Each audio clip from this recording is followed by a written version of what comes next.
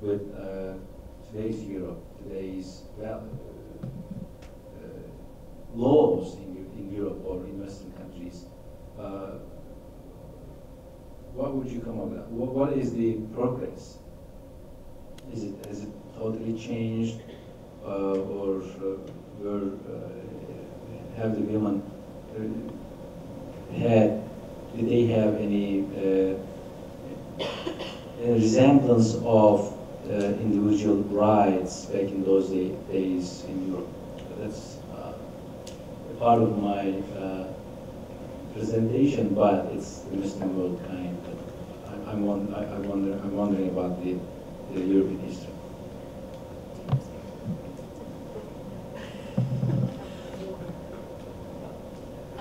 As a sociologist, I primarily study contemporary U.S. history, so not so much about European history, so I can speak to the best of my ability, but with a whole lot of caveats.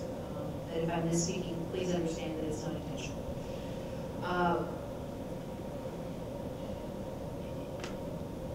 The history that we understand of European women's and men's relationship is similar to what we understand of U.S. women and men's relationship, which is similar to your description of what we understand about Muslim women and men's relationships. That is to say, we saw it from the eyes of the elites. And so my understanding of how women's and men's relationships in European context as well as in the U.S. context is also framed from that perspective of we have to go back and re-examine. From elite eyes, things have changed because we see, air quotes, greater equality. That is to say, European countries with higher percentages of women in parliament, higher percentages of women who are in leadership positions in mayoral contexts, the fact that they're allowed to be able to run and to hold office, and things of that nature. So there's been a shift. But it depends on which part of Europe that we're talking about. It depends upon which women in Europe that we're talking about. That's always been the case in the United States. We've seen more egalitarianism dependent upon where you are in the social class structure. And we know more about the elites. We know very less about those who are in the working and poor classes, but we know that those families have historically had to be more egalitarian because there was no other way around it. In European context, I would not be shocked if that were also the case. It seems to me, again, that what we think we know, and this is exactly, I think, your point, that what we think we know about specific historical contexts, as we compare to contemporary contexts, has been framed by that who is writing history. And we cannot presume that egalitarianism is something that has just sprung up. It's nice and modern, in the 20th century, everybody wants to be equal. But the structures which have facilitated this globally have become more prominent in the 20th century. I can't really address the European role of gender change, with the exception of a couple of studies that I've looked at and focused specifically on in comparison to the United States. And what I have seen is that in those couple of studies has to do with the gender role of the female, both European and United States, are very similar. And that is the role that has changed the most. The two studies, again, that I'm referring to, in both of them, both whether European or American, they both said that men see themselves as breadwinners. Even if their wife can make their own earnings, they see themselves as the breadwinner of the family. The areas that are traits that seem to be significant for both European and American as it relates to gender, particularly when you start looking at 16th, 17th century and then moving forward, traditionally have been the same kinds of things that we're still looking at in a contemporary society. Work, sexuality, children, and obviously women have made some choices on their own, and so we see more of a significant difference in the female role change historically than we have male.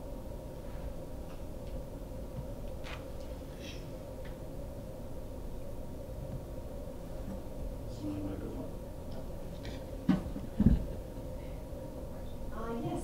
Would you please so kind as to come to the front?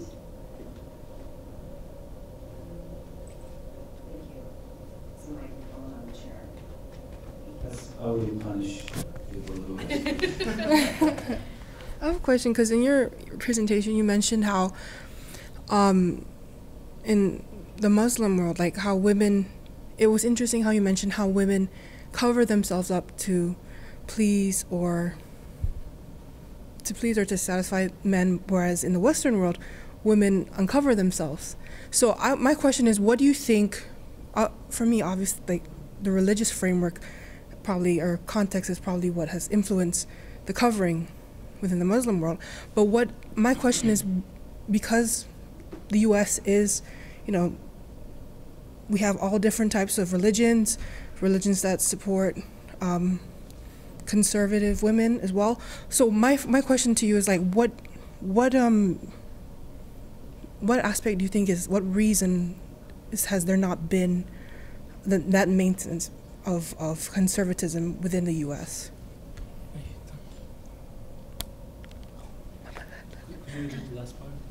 So what reason do you think conservatism has not, as far as like women and clothing and covering themselves up, has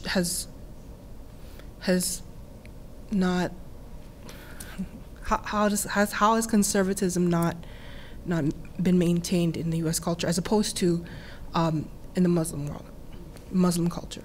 You mean the U.S., meaning the whole general U.S. or Western world. Western world. Yeah. I'll start with the covering and uncovering thing. It was a statement to point out the irony, because while Western women, feminists, thought that Muslim women were covering themselves to please and obey their men. On the other hand, Muslim women in the Muslim world think that because they see the movies, they watch commercials and everything, and they think that Western women uncover themselves. Not of course, not heads. It's not the scar issue. It's the body issue. They uncover themselves to please the man, because if you put a lady, half-naked lady on a commercial, it sells better. So this is their point of view, and that's the irony.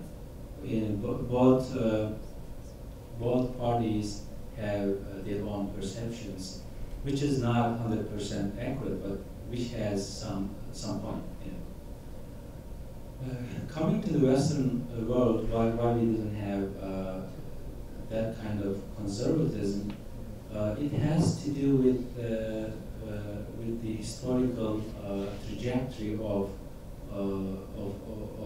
gender roles or modern societies. For instance, we as Muslims and Muslim scholars has always asked themselves why we didn't have such an enlightenment in Muslim history. It's the same thing. Why we still have this conservatism in the Muslim world, but West doesn't have such a conservatism? West had conservatism, which was stricter than the Muslim world, because as you take a look at the 15th, 16th centuries, those centuries were the most glorious times of the Muslim world, vis-a-vis the dark ages of Europe, Western world. It was much more stricter than the Muslim world with regards to not only women, but also the lower classes, or I like using Bavarian terminology instead of Marxist terminology, lower stratas of the society. So that is why we have this Enlightenment movements in the West, because they had no way to go. They were subjugated, they were oppressed. All the lower stratas were oppressed by the elite people, which is rulers and bourgeoisie and so on. And that's why we have, that's the most important thing behind, motivation behind French Revolution. But in the Muslim world, there are laws, and for the most of the Muslim history, they were applied more or less fairly. So people always had exits if they are oppressed, if they have problems. Like I said, a peasant cannot leave his farm. He will be punished. But there was a way to do that. If he doesn't cultivate it for 3 years, state will take him and replace him with somebody else, and he will be free to go somewhere else.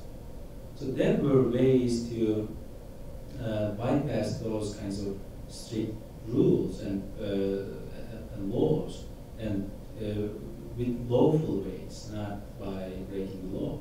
But in the West, specifically in medieval Europe, they didn't have anything to do against the iron fist of rulers and church and bourgeoisie, except for revolting against them.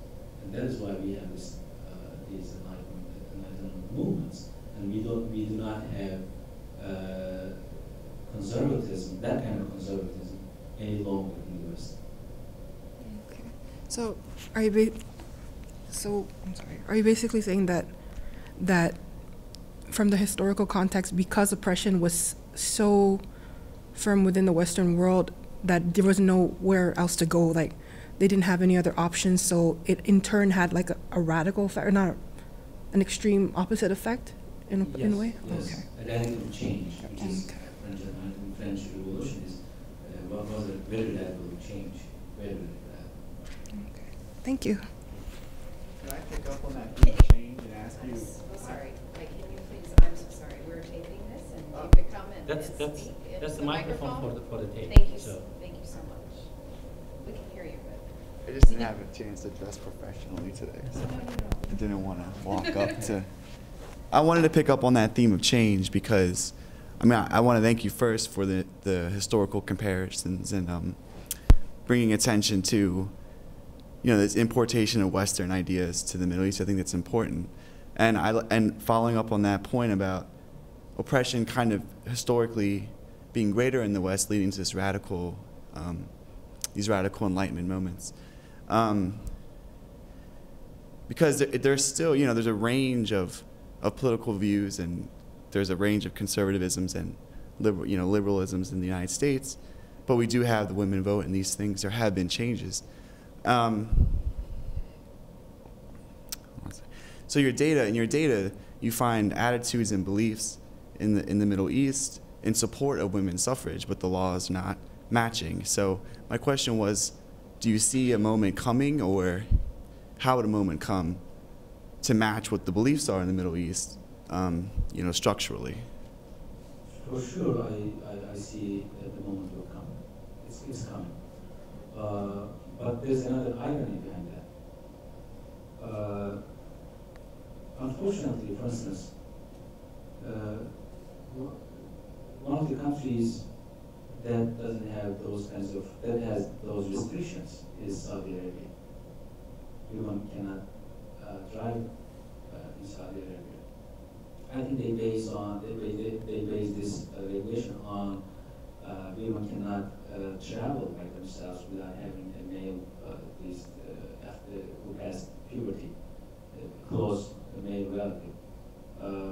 But most of the Muslim scholars do not interpret that law, that regulation like that. But the irony is, we as Westerners, including the United States, Britain, and some other countries, go to other parts of the world to democratize them. But we still collaborate vastly with the Saudi Arabian government. That's the sad thing.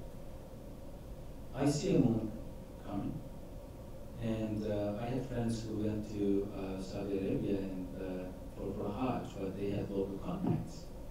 And they say, I'm not sure if it's the phrase in English, but they say, they told me that it's boiling there. People are talking against the ruling Saudi family, and they're all, because they suffered a lot since 1890s and 1900s. So it's coming. The moment is coming. But I'm not sure whether it's going to be a radical one or not. I hope it's not going to be a radical one. I like this notion of soft orange revolutions. And that happened in Middle Asia, Central Asia. Thank you.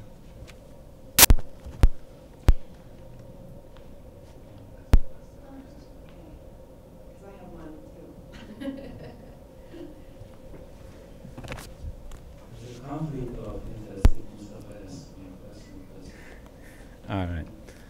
As Dr. Berry actually mentioned, in the contemporary world, now the roles of, in the family, the roles, the values, and everything is changing, right? And is it the right path with the changes in the laws and everything? Can we say that are we heading in the right direction? As we look at the data, there the percentage of divorces going higher. The families have many one single parent kids are being raised. So is this the right path, or what are the pros or cons? You saw I intentionally left that open in my presentation. My feelings are that there are a lot of issues and trends that we're seeing in families that are disturbing. And I'm not sure if we're headed in the right direction. On the other hand, I think we probably have more education going on within families, that I'm hopeful that they are getting the information so that they can make better decisions and have less conflict and communicate better. So I'm hopeful. So it's sort of like 50-50. There are some things that are extremely disturbing, and on the other hand, I'm extremely hopeful that because of panels like this, discussions, open discussions, that we could head in the right direction. I think I often say in the 60s and 70s, we sort of, when the women's movement was really on the rise, I'm not sure that as much as I'm for egalitarian roles, I'm not sure that all of the women's movement has been to the benefit of the family. Now, let me preface that by saying that's a personal point of view. And because I think you will find studies that say both.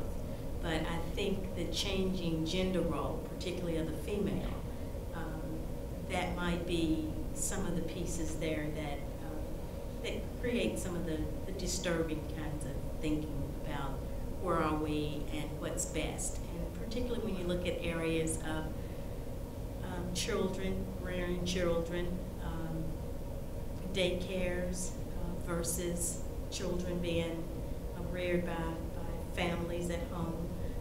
Those are all while I'm not saying that they're negative, because I know that some of the things around socialization, development, those things are very positive. There's some negatives around that as well. So I think you have to break down each one of those issues and trends and then begin to talk about, are we moving in the right direction?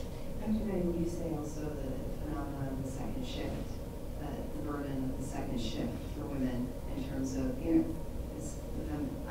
I tend to agree with your personal point of view, and so I think that this, get out in the workplace, we can have a career too, but seeing the phenomenon of the second shift, meaning women come home at night and they're still cooking, they're still taking care of the family, cleaning their house, and they're working 40 to 50 hours a week still, and we're not seeing a lot of shifts in that. So that burden. Would you say that that's still relevant? And I would agree with that, because I think you can only do so much. I mean, at the end of the day, you can only do so much. You have to look back and say, okay, where did I make a difference and where did I fall short? And I think if people are given an honest answer, if for the woman that is working a full-time job, 40, 50 hours a week with children, I think oftentimes home is the area that gets left behind, because we've really struggled so much. We want those careers, we want the equality of work, and so we tend to put our energies there. And in some ways, I'm not so sure that's been of great benefit to the family. And I'm one of those women that have been out there working, and but yeah. Just a couple of follow-up points. I think that there actually are a couple of answers to your question, actually. It seems to me that if we're only looking at the U.S. context, that things look challenging in the future. But there are a whole host of other countries where the balance of work and family for women and men is vastly different because of the policies that exist for the balance of family and work for women and men. So it seems, and support structures, safety nets for families who are cohabiting, or for single parents, or for grandparents raising their children. So it seems to me that the challenges that we face within the U.S. structure is in part because we're in the U.S. structure for families. So if we're looking to provide supports for all kinds of families so that kids, no matter who they're being raised by, have all of the opportunities that they should have available to them, we should think not only as who they're being raised by and the socialization that they're having in that home or through whomever as where we need to focus our energies, but also the access to resources that those families, whomever they are, whoever the parents are, the caretakers are, the access to resources that they have. Again, if we didn't have to have two incomes of people working 40, 50 hours a week in order to keep a roof over our heads, but yet people could do something else in order to be able to survive, we might see differences in marital quality, we might see differences in how long people wait to have kids, because then they won't be waiting until they're 40 because they now have a solid career. Relationship quality would be different, time spent with children would be different, et cetera, et cetera, et cetera. And another point, we can't forget about men. We can't forget about men. The second shift is a problem because men aren't stepping up. It's not because women are trying to do too much. Yeah, there's some gatekeeping. There's gatekeeping. I came from a household where there's gatekeeping. I live in a household where there's gatekeeping. I'm not saying that that it isn't easy or hard in any way, shape, or form. But what I am saying is that the literature, the sociological literature, is very clear because of the history between of this understanding of masculinity and power in families. We cannot forget that men have the power to do more or less, that the literature is clear. Men's beliefs matter more than women's do because of this history. So if we want to shift women's overburden, if we want to shift these unequal relationships, we can't just talk to women. As perhaps in the 60s, that's exactly what was happening. We weren't talking to men. That we need to raise our sons, that we need to talk to our partners about what's important. And if having a traditional household is what's important, absolutely go for it. If there's something else that's important to you, then maybe you need to have that conversation And maybe you should choose to follow your belief systems in that regard and not have different expectations. But also, we need to make sure that we're not ignoring the structural constraints. Again, the sociologist, I'm going to keep bringing that up. If folks want to have a shared household, then 2 weeks of parental leave for fathers is crap, right? If you want your husband, if you want the father of your child to actually know their child, at age 2 weeks, those of you with children are going to nod with me, they're not the same person they are when they're a month old, or when they're 4 months old, or when they're 6 months old. That's when they start becoming the person that needs the multiple caretakers, not when they're screaming at 3 a.m. because they just ate an hour ago and they're hungry again. That's not the time. But if we want our children to have multiple role models, providing the opportunities for the kids to have those multiple role models is probably not a bad direction to go. But again, my own research also suggests that the beliefs matter too. I'll come to the point of divorce rates rising, specifically in the Western world. I think that's a important question, right? So as I pointed out, the Western critique of Muslim world, now it's the other way around. Muslim critique of Western world. That is exactly what some Muslims argue about the Western world, about the egalitarian gender roles and so on and so forth. They argue that because of this modernization thing, which is evil, something that way, which is evil, divorce rates are over 50% in the West, but in our country it's just 5%, 3%, 4%. And they like to present it as if something wonderful, as if something that is that shows how perfect their religion or their society is. But I disagree with that. I think there have been in the history, and still there are too many women who are subjected to physical abuse, but they don't ask for a divorce because they think about the consequences. So that's a problem. As soon as you initiate laws and regulations that pushes for more egalitarian relationship between equal relationship between genders, then obviously you will have a rising divorce rate. So what is the perception of, or what is the what do Muslim scholars think about this? Specifically the imams or the people who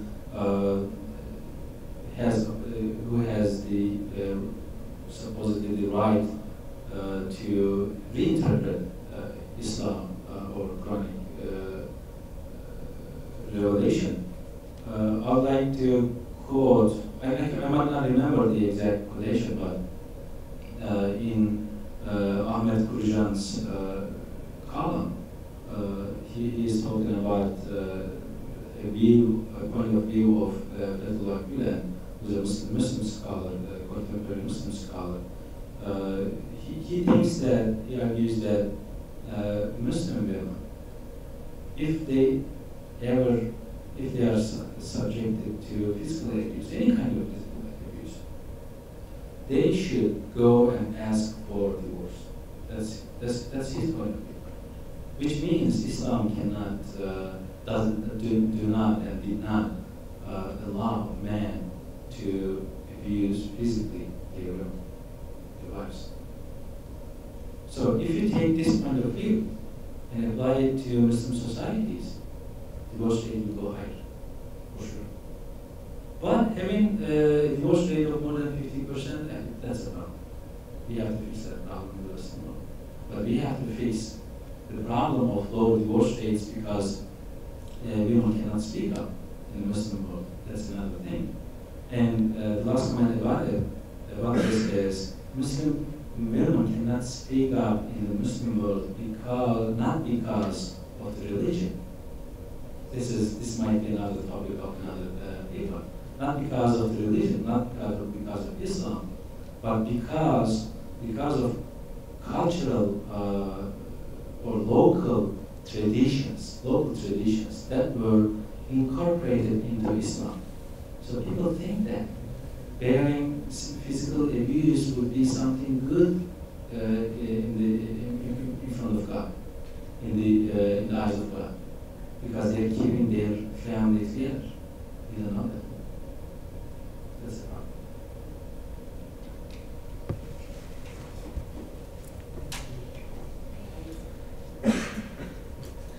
I think with that, we are going to wrap up, and I just want to briefly go over the various topics that we were presented today, very briefly.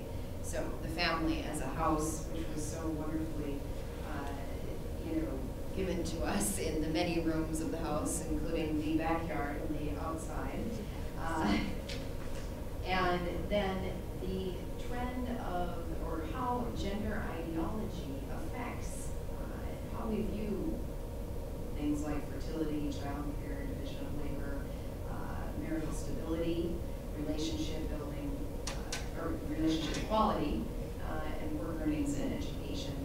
And then our final presenter talked about and discussed the ideologies of Western historians, scholars, and have viewed Muslim women and their roles in society and family, and how that affects our view of them today.